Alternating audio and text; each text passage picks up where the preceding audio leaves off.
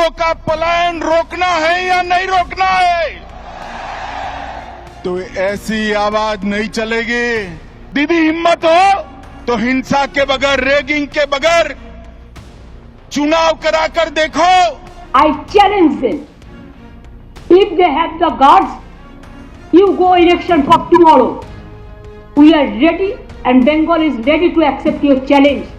पश्चिम बंगाल के 2 दिवसीय दौरे पर पहुंचे केंद्रीय गृह मंत्री अमित शाह ने शनिवार को कोलकाता में भाजपा कार्यकर्ताओं को संबोधित करते हुए तृणमूल कांग्रेस और मुख्यमंत्री ममता बनर्जी पर तीखा हमला बोला।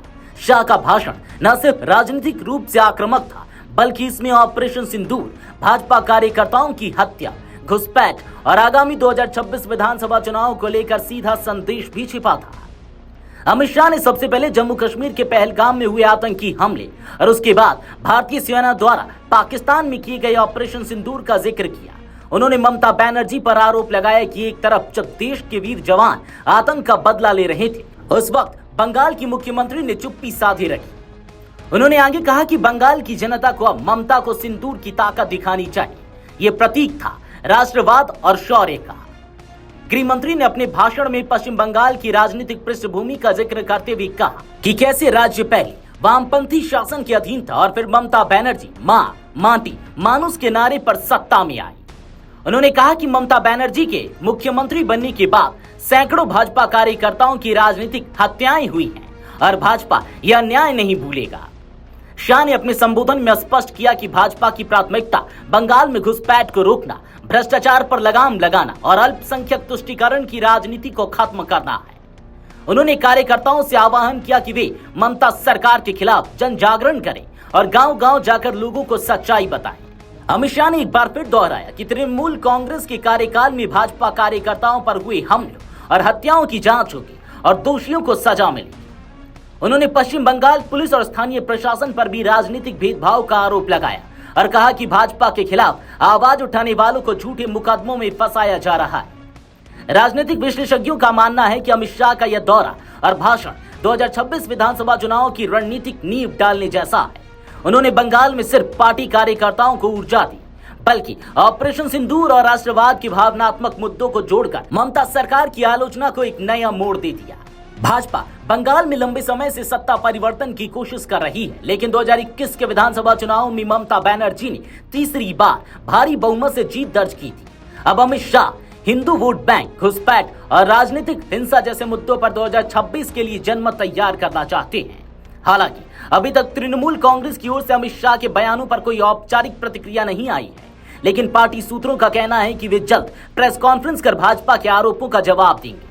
संभावना है कि ममता बनर्जी खुद भी शाह के राष्ट्रवाद और ऑपरेशन सिंदूर जैसे बयानों को राजनीतिक नाटक बता सकती है।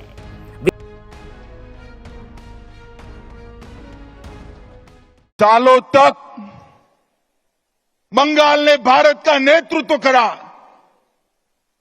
और वही बंगाल में कई सालों तक कम्युनिस्टों का शासन रहा और उसके बाद मां, माटी, मानुस का नारा देकर ममता दीदी आई और उन्होंने ये महान बंग भूमि को आज घुसपैठ, भ्रष्टाचार, स्त्रियों पर अत्याचार, अपराध, बम धमाके और हिंदुओं के साथ दुराचार का केंद्र बनाकर रख दिया है। दुराचार का केंद्र बना,